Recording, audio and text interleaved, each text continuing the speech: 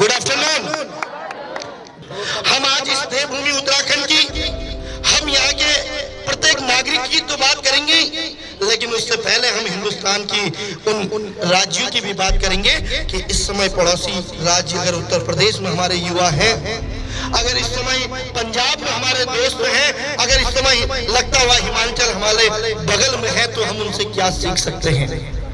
मैं उत्तराखंड पे आने से पहले थोड़ा सा आपको अंतर्राष्ट्रीय पटल की ओर लेके जाऊंगा कि ऐसा देश, उस भारत में हमने जन्म लिया जो पूरे विश्व के लिए आज एक मिसाल के रूप में कायम है।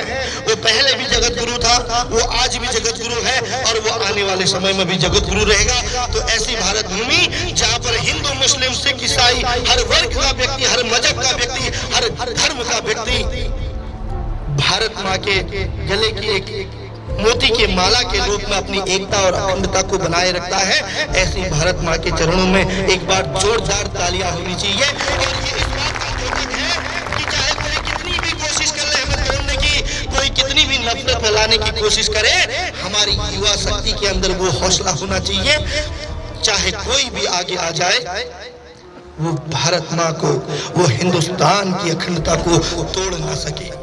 मैं कहना चाहता हूं, आज जब अमेरिका बात करता है तो हिंदुस्तान के बारे में सोचने से पहले कई बार हिंदुस्तान की खूबियों को जानता है, लेकिन हमको उत्तर कोरिया की हलचलों पर भी निगाह रखने की आवश्यकता है कि उत्तर कोरिया का तानाशाह किस तरह से परमाणु हथियार बना के, चाहे वो दक्षिण कोरिया को हो या जापान को हो, वो अमेरिका को खत्म करने की बात करता है। हमको चाइना बॉर्डर पर भी ध्यान रखने की आवश्यकता है, क्योंकि देवभूमि उत्तराखंड, जहां मंदिर, गुरुद्वारा से लेके मजहब, हर पिरान कलियर से लेके चार धाम तक सारे धाम यहाँ पर हैं, वहीं पर आपका उत्तरकाशी में हर्षिल से आगे चाइना बॉर्डर लग जाता है। हमें पता होना चाहिए कि अगर आज बद्रीनाथ सुरक्षित नहीं है तो माणा नीति के बाद चाइना बॉर्डर लग जाता है। हमें पता होना चाहिए धारचूला, मुंशियारी, पिथौरागढ़ में लास्ट बॉर्डर में चाइना और नेपाल हमको कहीं न कहीं आंख दिखाए बैठा है।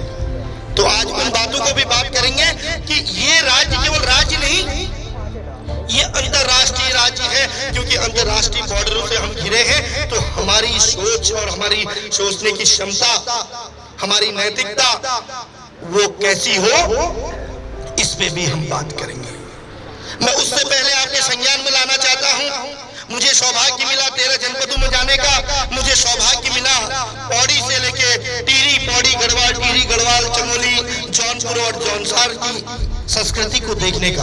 मैं सौभाग्यशाली रहा कि इन 7 वर्षों में कुमाऊं मंडल के 6 जनपद और 7 जनपद हमारे गढ़वाल मंडल के, चाहे वो तराई भावर का क्षेत्र हो या कुमाऊं गढ़वाल का, हमको एक ऐसी ताकत बनानी है कि 1 करोड़ 30 लाख बच्चा, 1 करोड़ 30 लाख से अधिक जनसंख्या जिस प्रदेश की हो, उस प्रदेश का बच्चा अपने आप में एक अहम भूमिका निभाता है। और हम गौरवशाली हैं कि उत्तर प्रदेश का मुख्यमंत्री भी उत्तराखंड के एक छोटे से गांव का है, जो पूरे विश्व में सबसे बड़ा राज्य है। तो ऐसे देवभूमि के लिए कोई अगर कहे कि वहां का बच्चा आगे नहीं बढ़ सकता, तो कौन कहता है कि जमीन में बैठा हुआ बच्चा, कौन कहता है कि मिट्टी, कंकड़, पत्थर में बैठा हुआ बच्चा आसमान में नहीं उड़ सकता, और कौन कहता है कि इस हर्बटपुर के विद्यालय में पढ़ने वाला बच्चा अपने पद का निर्माण नहीं कर सकता। कौन कहता है कि अभाव में जीने वाला बच्चा, कौन कहता है कि अभाव में जीने वाला बच्चा अपनी मंजिल को नहीं पा सकता, और कौन कहता है कि हिंदी मीडियम में पढ़ने वाला बच्चा अपने पद का संचालन नहीं कर सकता।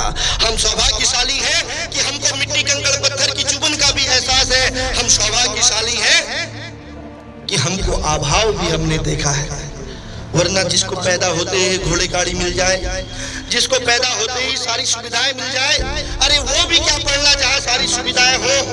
पढ़ना तो वो होता है, पढ़ना तो वो होता है जहाँ पर अभाव हो, जहाँ पर परेशानियां हो, जहाँ पर माँ बाप सोचने के लिए मजबूर होते हैं कि कल अगर 10 रुपए की फीस देनी है तो उसकी व्यवस्था कैसे करनी चाहिए। आज 80% जो चाहे IAS में हो या PCS में, मैं आपसे कहना चाहता हूं बेटा कि मनोबल को कम करने की जरूरत नहीं। कहते हैं कि मन के हारे हार, मन के जीते जीत। जो व्यक्ति मन से हार जाता है वो जिंदगी से हार जाता है, और जिसने अपने मनोबल को बढ़ा लिया वो पूरे विश्व को जीत जाता है। तो कभी जीवन में अपना मनोबल कम मत कीजिएगा।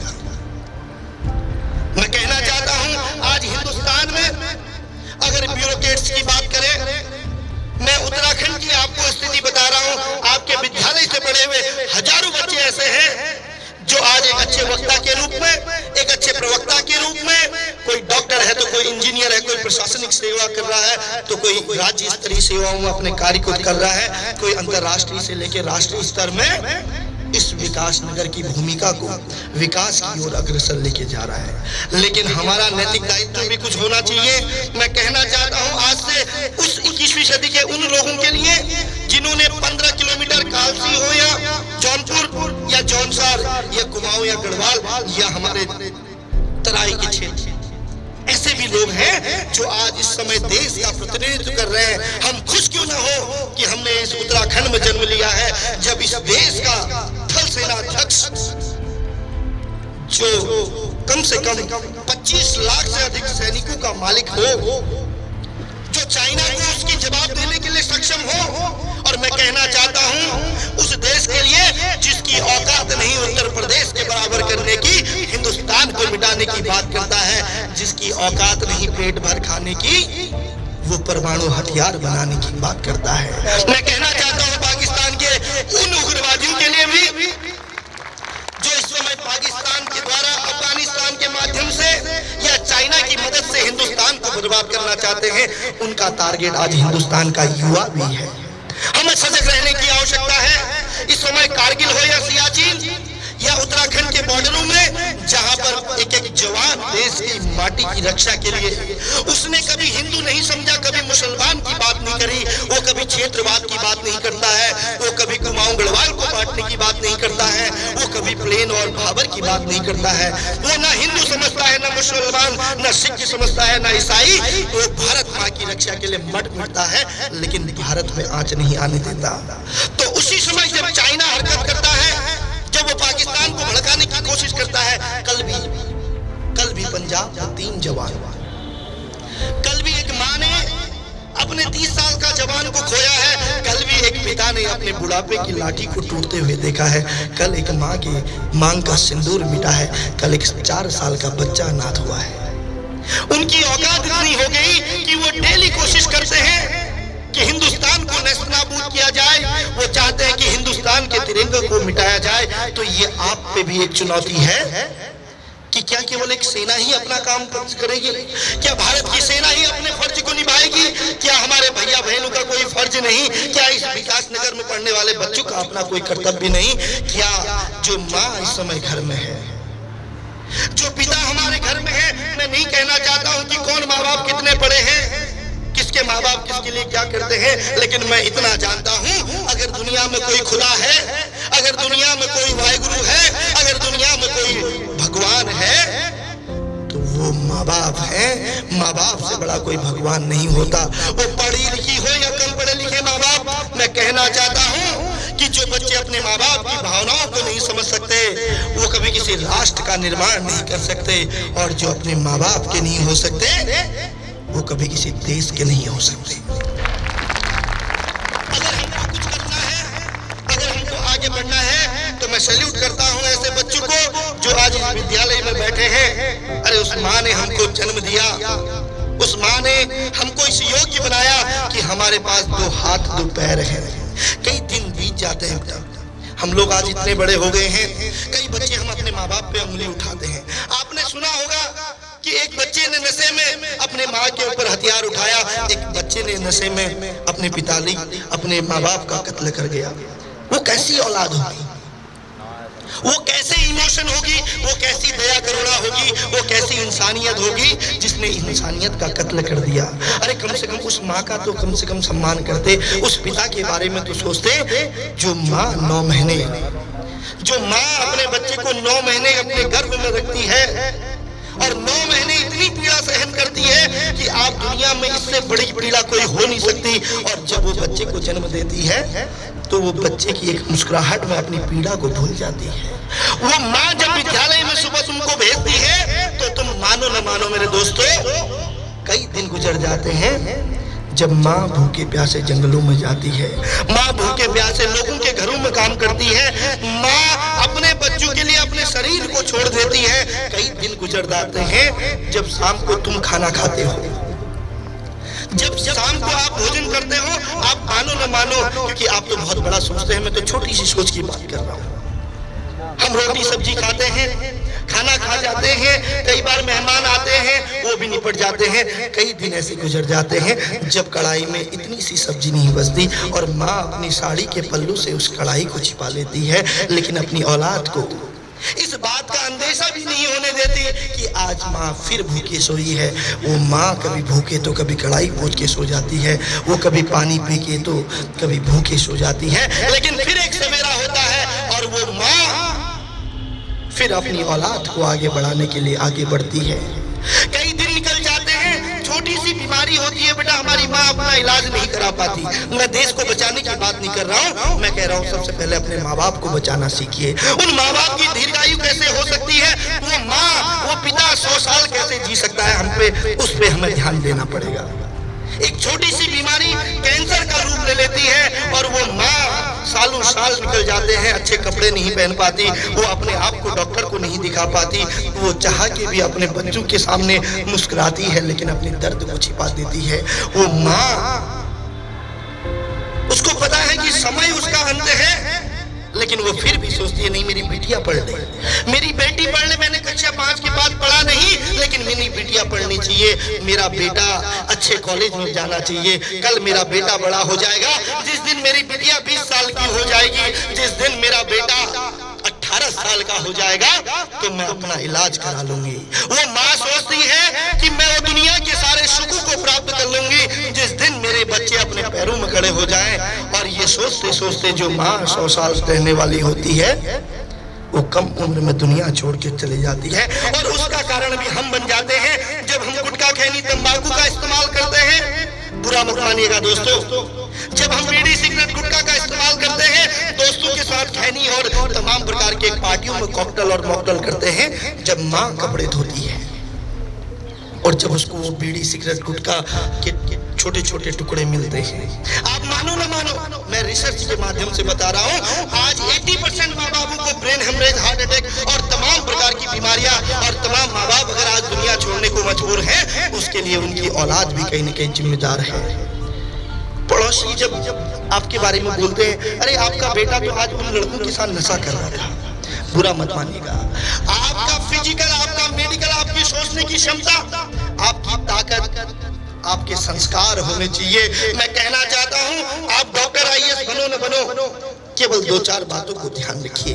एक उस माँ की बातों को कि जब बगल के लोग, पड़ोस के लोग कहते हैं कि तेरा बेटा तो बर्बाद हो गया, जब पड़ोसी कहता है कि तेरी बिटिया तो बर्बाद हो गई, आप मानो उस माँ के कलेजे में, उस माँ के दिल में कैसा लगता होगा। आप मानते हो या नहीं, लेकिन वो माँ जो 100 साल जीने वाली होती है, वो 10 वर्ष अपनी आयु को कम कर देती है। मैं कहना चाहता हूँ उस पिता के लिए, वो पिता भले ही कितना ही कठोर क्यों ना हो, वो पिता कितना ही डांटने वाला क्यों ना हो, वो पिता कितना ही काम करने में अच्छा या बुरा क्यों ना हो, लेकिन पिता के महत्व को भी भुलाया नहीं जा सकता।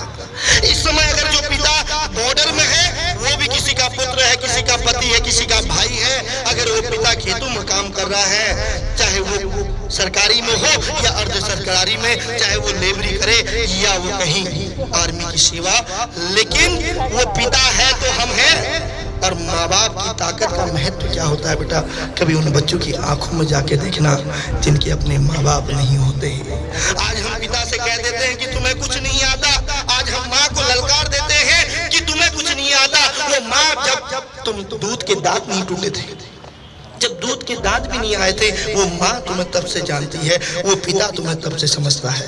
वो पिता, माँ तुमको छोटी छोटी उंगलियां पकड़ के चलाना सिखाता है। और आज हम बड़े हो गए, भगवान ने थोड़ा सा लंबाई चौड़ाई क्या दे दी, 4 मूंछें 4 दाढ़ी क्या आ गई, हम अपने बालों को लाल पीले नीले करके, जो पैंट कमर में बदनी थी वो घुटनों में बदने लगी है। और आज के युवाओं की दशा इस तरह से हो गई है, करने को तो कोई डॉक्टरी कर रहा है, कोई इंजीनियर बनना है, कोई सिविल कंस्ट्रक्शन में जाना चाहता है, लेकिन न उनके पेट में आंत रहते हैं, न मुंह में दांत रहते हैं, और फिर कहते हैं कि माँ तुझे सलाह।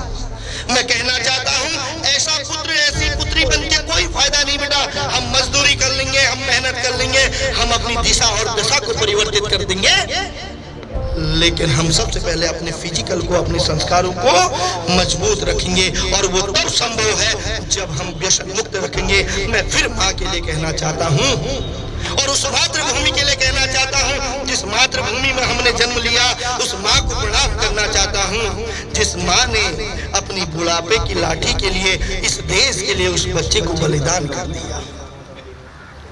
कल आपने घटना देखी, कल की घटना आपने अगर सुनी होगी तो क्या वो 2 दिन पहले की घटना जहां पर एक 30 साल का जवान अपने देश के लिए शहीद हो जाता है, क्या उसके लिए उसके माँ बाप नहीं थे?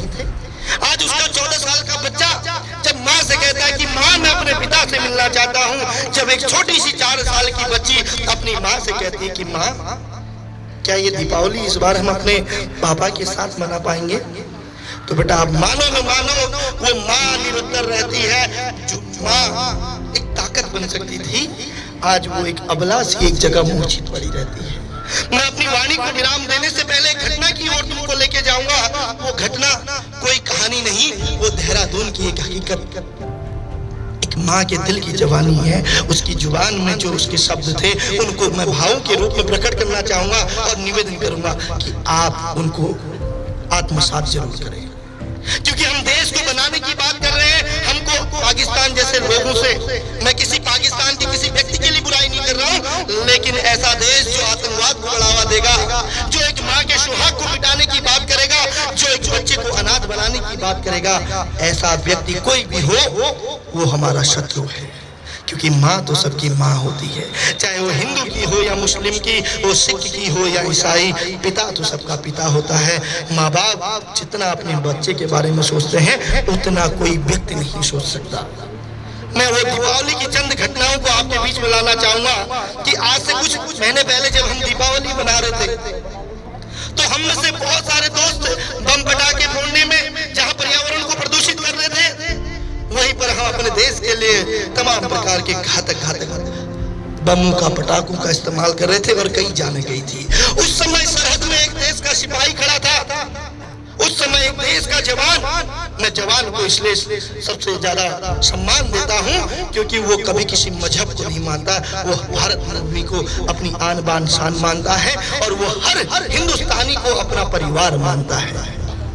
वो घर आना चाहता था और एक तरफ एक 7 साल की बच्ची, एक 4 साल का बच्चा अपने पिता को 2 साल से देखना चाहता था। एक तरफ एक बूढ़े दादा दादी बैठे थे, वो 70 साल का बूढ़ा आज अपने बुढ़ापे की लाठी को अपने गले से लगाना चाहता था। उसके बुढ़ापे की लाठी उसका वो जवान बेटा था। और वो माँ जिसकी आंखों की रोशनी जा चुकी है, बहुत कम रोशनी में वो बूढ़ी माँ आज अपने बेटे से मिलना चाहती है। एक तरफ वो बूढ़े दादा दादी थे, एक तरफ वो माँ थी, एक तरफ वो 2-3 बच्चे थे जो अपने पिता से मिलना चाहते थे, वो पिता के गले को लगना चाहते थे, लेकिन वो पिता नहीं आ पाए। वो पिता आने वाले थे लेकिन देश की रक्षा करते करते उनको आने का मौका नहीं मिला। लेकिन अचानक 2 दिन पहले एक मैसेज आता है कि इस दीपावली में वो पिता घर आने वाला है। मानो उस घर में खुशहाली आ जाती है। वो माँ आज फिर दुल्हनों की तरह सजने लगती है। वो बूढ़े दादा दादी के आंखों में एक नई रोशनी आ जाती है और वो बच्चे इस बार बहुत खुश रहते हैं। वो कहते हैं कि माँ इस बार हम अपने पिता के साथ दीपावली मनाएंगे, इस बार हम और बच्चों की तरह अपने पापा के साथ बाजार के खिलौनों को अपना बनाएंगी। क्योंकि बेटा अगर पिता है तो हम हैं, पिता और माँ है तो इस सृष्टि का निर्माण है। अगर पिता है तो हमारी छोटी छोटी ख्वाहिशें अपनी बन जाती है। हम जब मार्केट में 100 रुपए की, 1000 रुपए की चीज देखते हैं, पिता के पास 10 रुपये नहीं होते। हमारी डिमांड 2000 की होती है लेकिन पिता के पास 100 रुपये होते हैं। वो अपनी पेट काट के भी तुम्हारे लिए वो 1000 रुपए की चीज लाता है। और माँ बाप का दर्द क्या होता है, कभी उन बच्चों से पूछना, कभी उन बच्चों की आंखों में देखना जिनके अपने माँ बाप नहीं होते। वो देश का जवान जब आने की तैयारी में था तो माँ ने उस घर में खुशहाली आ जाती है। वो माँ फिर से दुल्हनों की तरह सजने लगती है। वो छोटे छोटे बच्चों के अंदर एक खुशहाली आती है और वो बूढ़े दादा दादी भी आज अपने आप को जवान महसूस करने लग जाते हैं।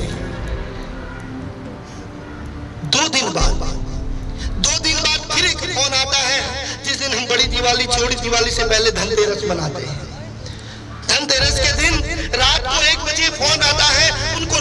शायद रेलवे स्टेशन में उनका बेटा लौट के आ गया है। और जब वो बूढ़े दादा उस फोन की ओर जाते हैं तो वहां से एक संदेश आता है दोस्तों। वो संदेश आता है कि जो जवान आज घर आने वाला था 2 साल बाद, जो अपने पिता से मिलना चाहता था, जो अपने पुत्र के गले लगना चाहता था, आज वो जवान देश के लिए शहीद हो गया। वो कल जब गाड़ी से निकल रहे थे, कुछ उग्रवादियों ने उस जगह अटैक किया और देश की आन बान शान बचाने के लिए आज वो 30 साल का बच्चा, वो 30 साल का जवान शहीद हो गया। ये शब्द जब उस माँ के कानों में जाते हैं, वो 70 साल का पिता मूर्छित पड़ जाता है। वो बूढ़ी माँ जो कल तक अपने बच्चों के लिए जीना चाहती थी, आज जमीन में पड़ जाती है। वो बेटा, अभी तो बच्चे सपनों में सोए थे। वो रात की 1 बजे की बात है जब वो 4 साल 5 साल के बच्चे नींद में सोए थे और वो नींद में खुलते ही दूसरे दिन अपने पिता का इंतजार कर रहे थे। और जब सुबह होती है, दादा दादी एक तरफ मूर्छित पड़े रहते हैं। वो माँ कल तो दुल्हनों की तरह सजी थी, जिसके हाथों में मेहंदी लगी थी, आज उसके हाथों में न मेहंदी थी, न चूड़ियाँ थी, न उसके मांग का सिंदूर था। वो माँ एक तरह जमीन में बेहोश पड़ी रहती है। वो 4 साल की बच्ची, वो 7 साल का बच्चा उठ के आता है और वो दौड़ के अपनी माँ के पास जाता है। कहता है कि माँ, आज मेरे पापा आने वाले हैं, माँ आज खिलौने पापा के साथ खरीदेंगे। लेकिन कोई उत्तर नहीं मिलता। वो देखता है कि ये माँ को क्या हो गया। वो दौड़ के दादा दादी के पास जाता है और वो छोटी सी बच्ची कहती कि दादा पापा आने वाले थे, कब आएंगे।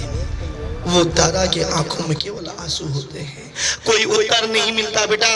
वो छोटे से बच्चे अपने पिता को ढूंढते हैं, तब उनकी नजर आंगन में जाती है और आंगन में हजारों लोगों की भीड़ खड़ी रहती है। तो उन्हें लगता है कि शायद उनके पिता आ गए हैं, इसलिए लोग उनसे मिलने आए हैं। वो बाहर जाते हैं और उन लोगों से कहते नहीं, आज अपने पापा से हम मिलेंगे, क्योंकि 2 बरस बाद हमारे पिताजी आ रहे हैं, आज उस पिता के गले हम लगेंगे। लेकिन जब लोगों की नजरों में जाते हैं, वो छोटी सी बच्ची तो समझ नहीं पाती, लेकिन वो 7 साल का बच्चा उन आंसुओं को समझ जाता है। और रुकने के बाद फिर से गौर से उस आंगन को देखता है तो वहां पर तिरंगे से लिपटी एक लाश नजर आती है। वो बच्चा दौड़ के जाता है, अपनी बहन के साथ उस तिरंगे से लिपट जाता है और वो समझ जाता है कि अब वो कभी फिर दीपावली नहीं मना पाएंगे। वो माँ से कहता है कि माँ, मैं समझ गया कि अब मेरे पिता कभी लौट के नहीं आएंगे। माँ, मैं समझ गया कि अब हम दीपावली नहीं मना पाएंगे। वो बच्ची कहती है कि माँ, मैं समझ गई, मैं दूसरों की तरह अपने पापा के गले नहीं लग पाऊंगी, मैं अब अपने पापा को पापा नहीं बुला पाऊंगी। माँ, आज हमने अपने दादा दादी की बुढ़ापे की लाठी को टूटते हुए देख लिया। माँ, मैं समझ गई, जो तू कल तक दुल्हनों की तरह सजी थी, आज तो क्यों बेहोश पड़ी है। फिर वो बच्चा उठता है और उस तिरंगे को गले लगाता है, उस लाश में लिपट जाता है और सौगंध खाता है उस तिरंगे की। कहता है कि माँ, सौगंध है इस तिरंगे की, जो काम मेरे पिता ने नहीं किया उस काम को हम करेंगे। सौगंध है मुझे अपने पिता की, इन बूढ़े दादा दादी की बुढ़ापे की लाठी हम बनेंगे। सौगंध है माँ तेरे आंखों के आंसू की, फिर कभी जीवन में तेरे आंखों में आंसू नहीं आने देंगे। जब वो छोटा सा बच्चा इतना बोलता है तो उस माँ के अंदर फिर एक ताकत आ जाती है, उस बूढ़े दादा दादी के अंदर फिर एक ऊर्जा आती है, वो फिर जीने के लिए सोचने लगते हैं। लेकिन दुर्भाग्य तब होता है, बुरा तब लगता है, कष्ट तब होता है जब हम 18 साल के हो जाते हैं, जब हम 20 साल 25 साल के होते हैं, जब हम अपने जीवन को बसाने के लिए, जब हम अपनी जिंदगी को जीने के लिए उसी माँ को अपमानित करते हैं। हम उसी बूढ़े दादा दादी को घर से निकाल देते हैं। हम इतने बड़े हो जाते हैं कि जिस माँ को आज हमारी ताकत की आवश्यकता थी, अरे 16 साल का बच्चा छोटा नहीं होता, 13 साल की बच्ची छोटी नहीं होती, 12 साल का बच्चा छोटा नहीं होता बेटा। 17 साल में अगर बच्चा एनडीए का कैप्टन बन सकता है, 25 साल का बच्चा डीएम बन सकता है, तो कौन कहता है कि इस विद्यालय में पढ़ने वाला बच्चा बड़ा नहीं है। हमको अपनी सोच बड़ी रखनी पड़ेगी, हमको अपनी क्षमताएं बड़ी रखनी पड़ेंगी। और कष्ट तो तब होता है जब हम अपनी दुनिया बनाने के लिए, हम अंग्रेजी मीडियम में पढ़ ले या हिंदी मीडियम में, 2-4 गलती से अंग्रेजी के शब्द क्या सीख जाते हैं, हम अपने संस्कारों को भूल जाते हैं। और जब हम देश विदेशों में पढ़ाई के लिए जाते हैं या अपनी दुनिया बचाते हैं, आप मानो न मानो बेटा, वो बूढ़ी माँ आज अपने बच्चों को, चाहे वो गांव हो या घर, वो भाबर हो या तराई, वो पहाड़ हो या प्लेन, वो माँ आज भी बूढ़े आंखों से अपने बच्चे का इंतजार करती है। और वो दोस्त अपने बच्चे को अपनी दुनिया बचाने के लिए जिस लड़के को वो जानता तक नहीं था, आज 20 साल के बाद वो दोनों लड़के लड़कियां अपनी जिंदगी बचाने के लिए उन माँ बापों को गांव में छोड़ जाते हैं। वो माँ कल भी रोती थी, वो माँ आज भी रोती है। वो माँ तब भी जीती थी लेकिन आज भी जीना चाहती है। वो तुमसे धन दौलत नहीं बेटा, केवल एक सम्मान पाना चाहती है। वो बुढ़ापे में क्या जिएगी, वो बुढ़ापे में क्या सहेगी? जिसकी उम्र आज 40 साल 50 साल की हो गई है, वो कितने सालों की मेहमान रहेगी? अरे भगवान करे आप 100 साल जियो, लेकिन वो माँ आज जो 60 साल 50 साल की है, वो कितने साल जिएगी उसके बारे में सोच। वरना कभी जाइएगा उन वृद्धाश्रमों में, कभी जाइएगा उन अनाथालयों में, उनके बच्चे बहुत पैसा कमाते हैं बेटा, उनके बच्चे बहुत पैसा कमाते हैं, लेकिन वो बूढ़ी माँ आज भी उस वृद्धाश्रम में देखती है कि कहीं उसका बेटा लौट के आ जाए, कहीं उसकी बिटिया कहीं दूर से उसको माँ करके पुकार ले। फिर ये कैसी जन्मभूमि, ये कैसी 21वीं सदी, ये कैसे युवा, ये कैसी दशा और दिशा, ये फिर कैसी ऊर्जा जो अपने माँ बाप को नहीं बचा पाए, वो देश को क्या बचा पाएंगे? जो अपनी रक्षा नहीं कर पाए, वो आतंकवाद को खत्म क्या कर पाएंगे? मैं निवेदन करना चाहता हूँ कि अभी भी बहुत कुछ है, अभी बिगड़ा कुछ नहीं है। आपके अंदर वो ऊर्जा है, आपके अंदर वो ताकत है कि आप किसी भी व्यक्ति को अर्श से लेके फर्श तक उठाने की और गिराने की क्षमता रखते हैं। लोकतंत्र के अंदर हम पैदा हुए हैं, चाहे वो राजनेता हो या माफिया, वो शराब के कारोबारी हो या नशे के माफिया, जो हमारे बच्चों को स्नैक चरस गांजा देते हैं, जो हमारे बच्चों को गुटखा खैनी तंबाकू खिलाते हैं, जो हमारे बच्चों को परगलाने की कोशिश करते हैं, जो हमारे बच्चों को पार्टी के नाम पे, जन्मदिन के नाम पे कॉकटेल से लेके मॉकटेल के बहाने नशे के गिरफ्त में लेके जाते हैं। अगर हमारे बच्चों के अंदर नशे की लत लग गई तो मैं कहना चाहता हूं कि कौन कहता है कि गलती करके सुधारा नहीं जाता? कौन कहता है अगर 2-4 साल किसी बच्चे ने बीड़ी सिगरेट गुटखा खा लिया हो या कोई नशा कर लिया हो, उस माँ के लिए अपने नशे को नहीं छोड़ सकता? क्योंकि आपकी इच्छा शक्ति कोई दवा या दुआ नशे को नहीं छोड़ सकती है। जिस दिन आपने सोच लिया नहीं करना है, फिर किसी की औकात नहीं जो आपको उस नशे की ओर मोड़ सकती है। तो मैं कहना चाहता हूं कि अपनी इच्छा शक्ति को अपने आगे रखिए। आपको एपीजे अब्दुल कलाम को भी नहीं भूलना चाहिए। आपको एपीजे अब्दुल कलाम जैसे शिक्षक से लेके साइंटिस्ट, जो देश का सर्वोच्च पद में रहा, राष्ट्रपति रहा, उस व्यक्ति के साधारण बातों को भी नहीं भूलना चाहिए। इकबाल की वो पंक्ति मुझे बड़े अच्छे से याद है, जिसमें कहा है कि सारे जहां से अच्छा हिंदुस्तान हमारा, सारे जहां से अच्छा हिंदुस्तान हमारा, हम बुलबुले हैं इसकी, यह गुलसिता हमारा। उस हिंदुस्तान में अगर हम रह रहे हैं तो हमको अपने अंदर करुणा, दया, अपना फिजिकल 5 बातें बेटा जीवन में, 5 बातें महत्वपूर्ण हैं जीवन की, केवल इनको आत्मसात कर लीजिए। आप डॉक्टर IAS बने न बने, लेकिन एक नेक इंसान बन जाएंगे। वो पहली 5 बातें हैं। एक आपका फिजिकल, नंबर 2 आपका मेडिकल, आपका स्वास्थ्य, फिजिकल आपका शरीर, आपकी शिक्षा एजुकेशन, नंबर 3। पहला शरीर, दूसरा स्वास्थ्य, तीसरा आपकी शिक्षा, नंबर 4 आपके संस्कार, आपके अंदर की करुणा, दया, आपके अंदर की इंसानियत, और सबसे मुख्य है व्यसन मुक्त रहना, नशा मुक्त रहना। मैं कहना चाहता हूं कि जो व्यक्ति नशा नहीं करता, जिस बच्चों के अंदर व्यसन नहीं होता, उनकी सोच अपने आप सकारात्मक हो जाती है, और जो बच्चा का फिजिकल और मेडिकल अच्छा होता है, उनकी शिक्षा चरम सीमा पर पहुंच जाती है। तो इन 5 बिंदुओं को एक मुट्ठी में बांध के रखना, और कभी भी अपने मन के अंदर क्षेत्रवाद, जातिवाद, धर्मवाद, ऊंच नीच की भावना मत रखिएगा। केवल अपने माँ बाप के लिए जीना सीखिएगा, आप देश का निर्माण अपने आप कर लेंगे। केवल अपने आप को व्यसन मुक्त रख लीजिएगा। इस विश्व में एक नया पथ का संचालन स्वयं कर लेंगे। तो अपनी वाणी को विराम देते हुए केवल इतना कहूंगा कि वो पथ क्या पथिक कुशलता क्या जिस पथ में बिखरे शूल न हो, वो पथ क्या पथिक कुशलता क्या जिस पथ में बिखरे शूल न हो, नाविक की धैर्य कुशलता क्या जब धाराएं प्रतिकूल न हो, जब धाराएं प्रतिकूल न हो। अर्थात बहती हुई हवा में हर कोई उड़ जाता है, बहते हुए पानी में हर कोई बह जाता है। बात तो तब है जब हम संघर्ष कर रहे होंगे, जब हम मिट्टी कंकड़ पत्थर में बैठ रहे होंगे, जब हमें धूल मिट्टी का एहसास होगा, जब हमें अपनी ताकत का पता होगा, तो उस दिन उन विपरीत परिस्थितियों के बाद भी हम अपनी मंजिल की ओर जाएंगे। और जीवन में बेटा एक बात और है, कभी अपने आप को गरीब मत कहना, क्योंकि गरीब वो व्यक्ति होता है या तो जो मानसिक रूप से गरीब हो, और कभी गरीबी देखनी है। तुम लोग एनसीसी में हो गया, कुछ बच्चे एनएसएस में भी है ना। एनसीसी एनएसएस में कौन कौन बच्चे हैं? स्काउट में जरा हाथ खड़ा करो। आप सौभाग्यशाली हैं। और मैं देख रहा था अभी प्रधानाचार्य जी के रूप में तमाम प्रकार के मेडल्स, तमाम प्रकार की चीजें। मुझे लगा नहीं कि मैं हिंदी मीडियम में आया हूँ, मुझे ऐसा लगा कि मैं किसी प्राइवेट कॉन्वेंट कॉलेज से अच्छे एक संस्कारवान विद्यालय में आया हूँ। गेट के अंदर आते ही मुझे ऐसा एहसास हुआ। और मैं कहना चाहता हूँ, कभी पैसों को अमीरी गरीबी से मत तोलना।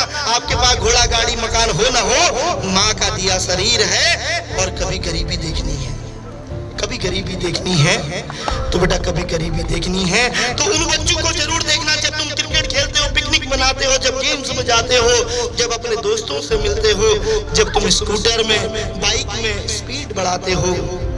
एक छोटा सा बच्चा, एक छोटी सी बच्ची रास्ते में ऐसे करके बैठी रहती है। वो छोटा सा बच्चा उठने की कोशिश करता है लेकिन उठ नहीं पाता है। वो छोटी सी बच्ची उठने की कोशिश करती है लेकिन ऐसे उठ नहीं पाती।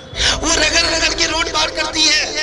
हम लोग नशे में इतने पागल हो जाते हैं, हम स्टंट दिखाने के लिए, दूसरों को इम्प्रेस करने के लिए, अपने साथियों को कूल दिखाने के लिए, चार बाल खड़े करके, चार बाल को नीला पीला करके, कानों में आंखों के अंदर छेद करते हैं जिससे हमें कैंसर होता है, हमको ये भी नहीं पता हो।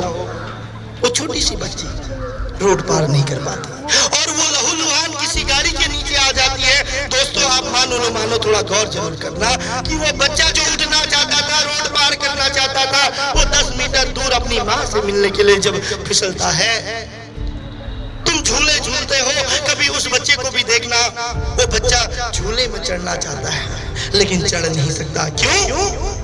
क्योंकि उसके 2 घुटने तो होते हैं लेकिन 2 पैर नहीं, 2 बाजुएं तो होती हैं लेकिन 2 हाथ नहीं।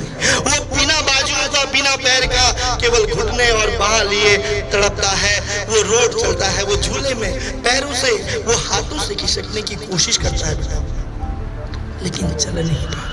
हिम्मत नहीं आता है लेकिन फिर भी 100 मीटर, अरे आप 10 मीटर नहीं 10,000 मीटर जा सकते हैं। आप मिट्टी कंकड़ पत्थर में बैठ के आसमान के रुख को मुड़ सकते हैं। आप उत्तराखंड नहीं, आप 7 समंदर जा सकते हैं। लेकिन उस बच्चे का क्या?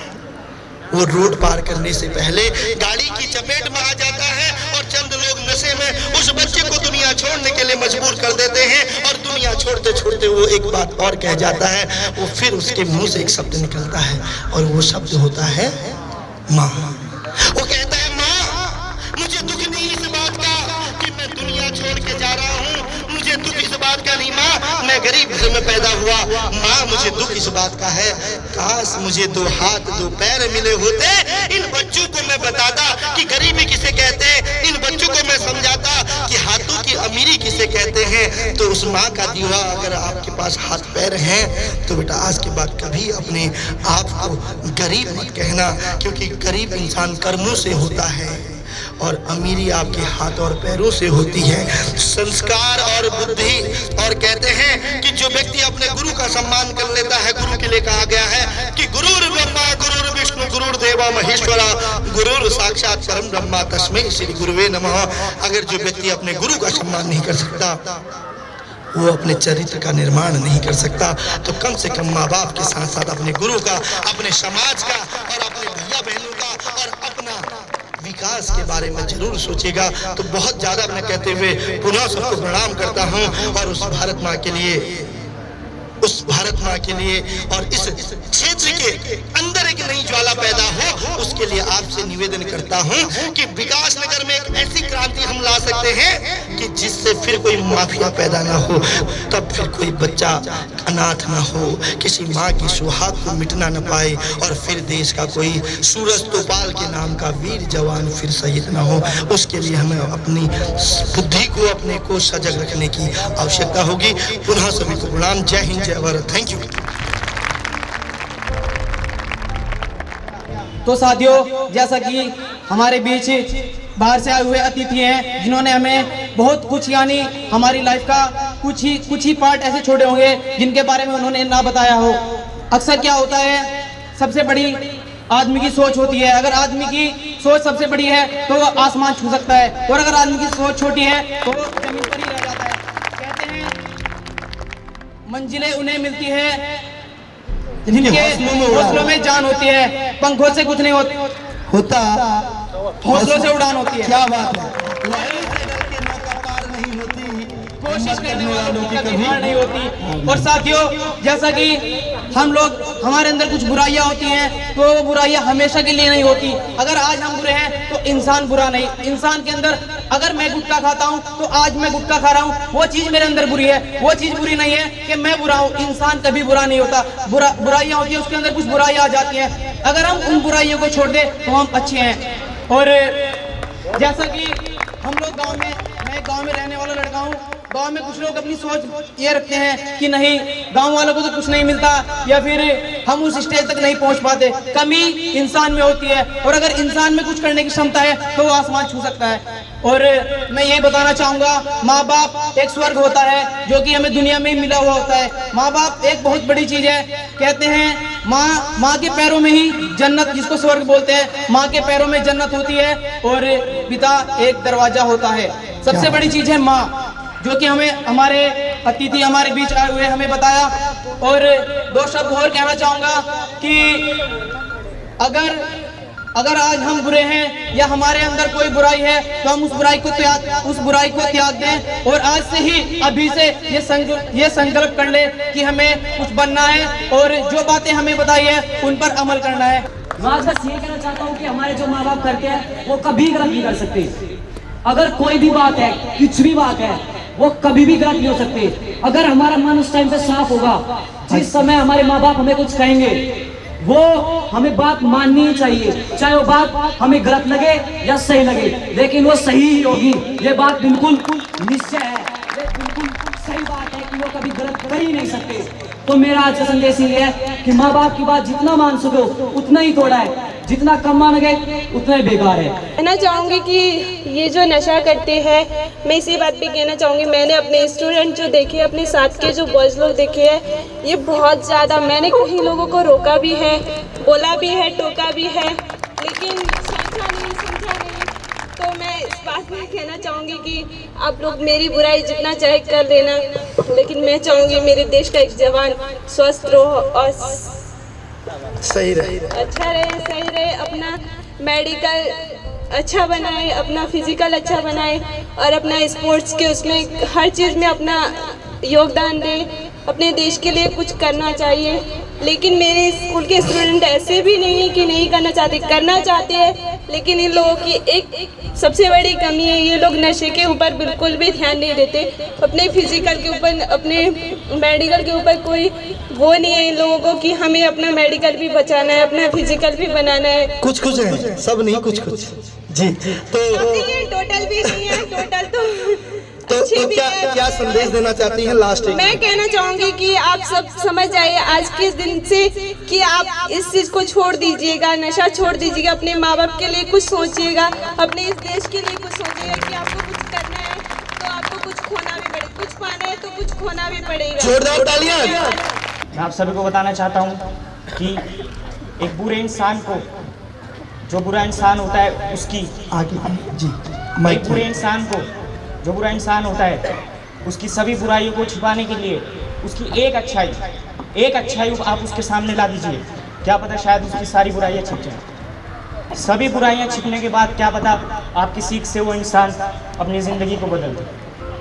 और मैं शुरू से नाना नानी के पास रहा हूँ और मेरी मम्मी की डेथ हो चुकी थी जब मैं 1 साल का था। तो सभी मेरे नाना नानी ने मेरे साथ बहुत कोऑपरेट किया है। तो मैं आप सभी से कहना चाहता हूँ कि माँ बाप एक ऐसा दर्जा है कि आप अगर उनकी सेवा करोगे तो आपकी दुआएं अर्श से जा टकराएंगी। आपका मनोबल इतना ऊपर चला जाएगा कि आप देखोगे कि आपकी ज़िंदगी में कितना हुस्न आएगा। एक माँ बाप की दुआ से आप अर्शों पे पहुँच सकते हो और एक माँ बाप की बद्दुआ से आप ज़मीन की गहराइयों में उतर सकते हो। माँ बाप को खुश करोगे तो ज़िंदगी में सब कुछ पालोगे। अगर माँ बाप को दुखी रख दिया तो ज़िंदगी में जितनी भी मेहनत कर लो आप कभी कामयाब नहीं हो सकते।